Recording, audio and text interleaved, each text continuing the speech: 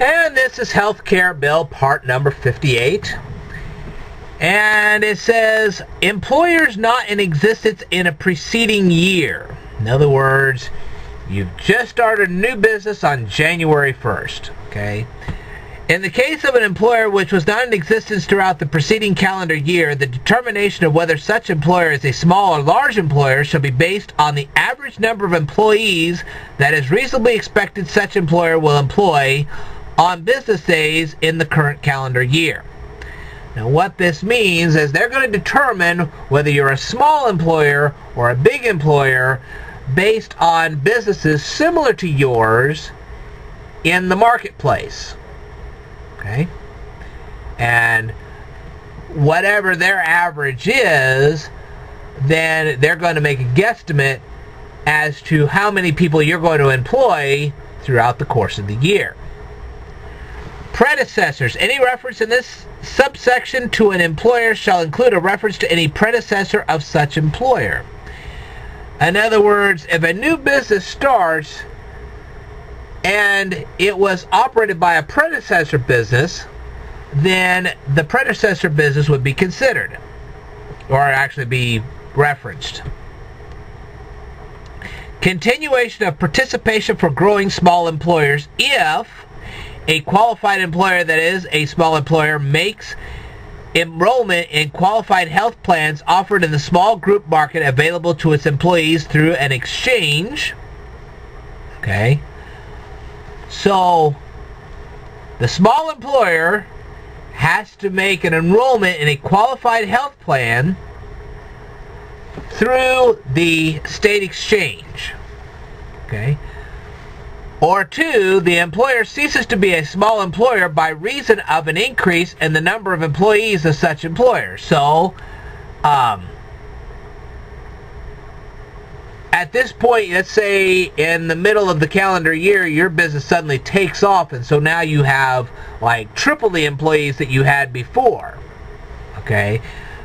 So you may actually still be considered a small employer because it was during the middle part of the year that you ended up being a bigger employer instead of, say, at the end of the year. But keep in mind that if your business does boom at the middle of the year, then next year you'll be considered a large employer. The employer shall continue to be treated as a small employer for purposes of the subtitle for the period beginning with the increase and ending with the first day on which the employer does not make such enrollment available to its employees. They define secretary as the Secretary of Health and Human Services. They define state means each of the 50 states, and it means the District of Columbia. So when they say the word state in this thing, they also mean the District of Columbia. Nice.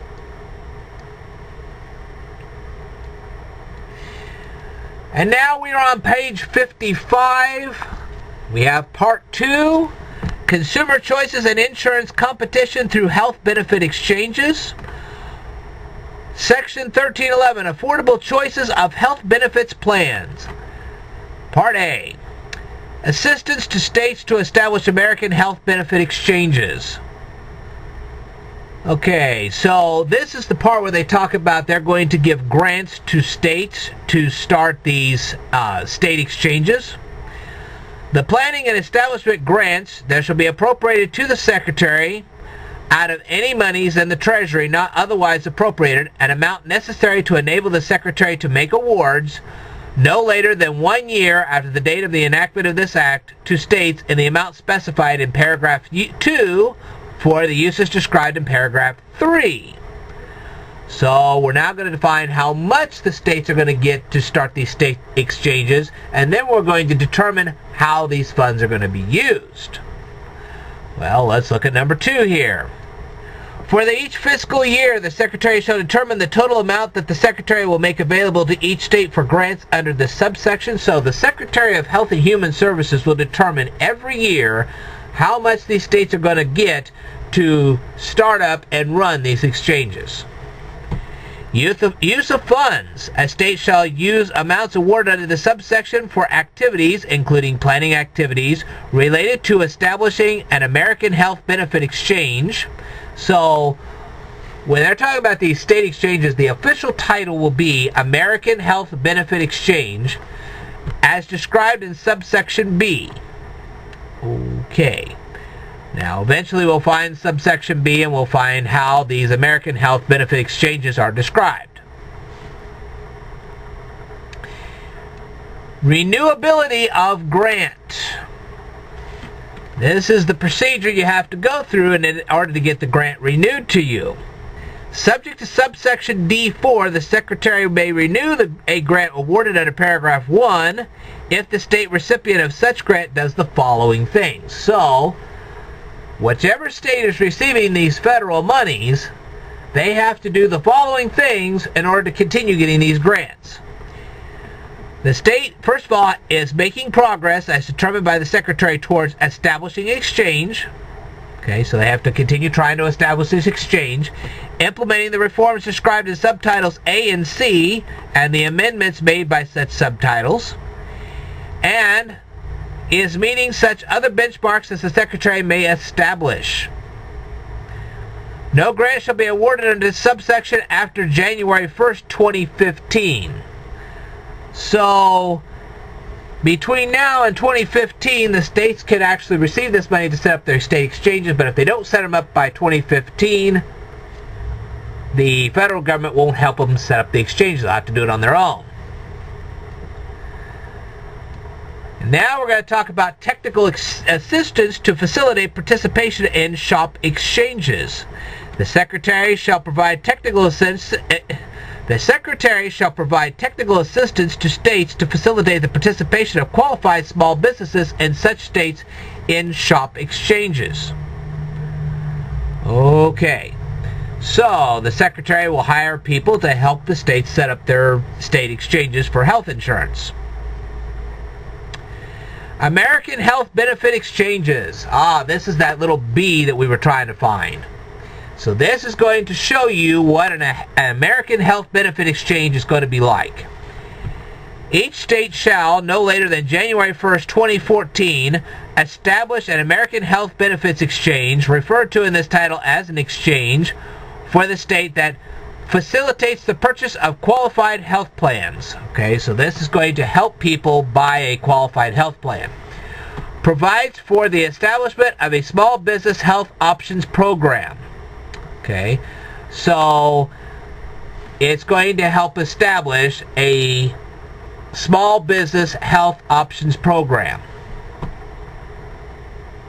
And the small business health option program will be referred to as a shop exchange. I don't know why. I guess they consider small business. They take the S out of the small business. They take the H. Here, let me move this down here. They take the S out of the small here. They ignore the B. They take the H out of here and the O out of here and the P out of here, and they come up with shop. Alright?